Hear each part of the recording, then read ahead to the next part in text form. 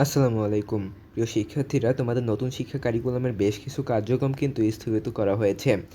তোমরা জানো যে আজকে 10 আগস্ট নতুন শিক্ষা কারিকুলামের বেশ কিছু কার্যক্রম কিন্তু আজকেই স্থগিত করা হয়েছে। ঢাকা মেলের এ নিয়ে প্রকাশিত একটি প্রতিবেদন দেখে আসি চলো।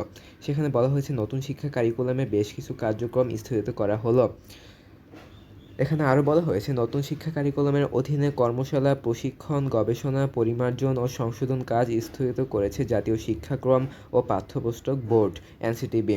শনিবার 10 আগস্ট এনসিটিবির চেয়ারম্যান প্রফেসর মোহাম্মদ ফরহাদুল ইসলাম ঢাকা মেলকে এ তথ্য নিশ্চিত করেছেন।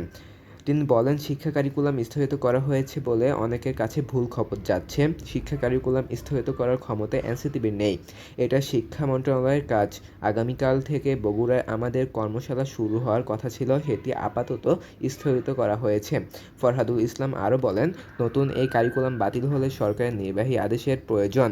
এনসিটিবি চাইলেও তা বাতিল করতে পারবে না। সুতরাং তোমরা বুঝতেই পারছো, তোমাদের শিক্ষা কারিকুলাম কিন্তু পরিবর্তন করা হয়নি বা বাদ করা হয়নি।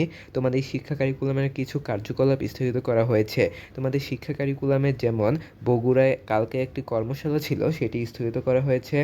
এবং ফরহাদুল ইসলাম কিন্তু আরও জানিয়েছেন যে নতুন এই শিক্ষা কারিকুলাম বাতিল করতে হলে সরকারের নির্বাহী আদেশের প্রয়োজন হবে। এনসিটিবি চাইলে এটা পরিবর্তন করতে পারবে না। সুতরাং তোমরা বুঝতেই পারছো, তোমাদের কাছে অনেক ভুল খবর যাচ্ছে যে তোমাদের শিক্ষা কারিকুলাম বাতিল হয়ে গেছে। তবে তোমাদের শিক্ষা কারিকুলাম কিন্তু বাতিল হয়নি। তোমাদের শিক্ষা কারিকুলামের কিছু কার্যকলাপ স্থগিত করা হয়েছে। এর পরবর্তী ভিডিও দেখার আমন্ত্রণ জানিয়ে আজকের মতো এখানেই শেষ করছি। ধন্যবাদ সবাইকে।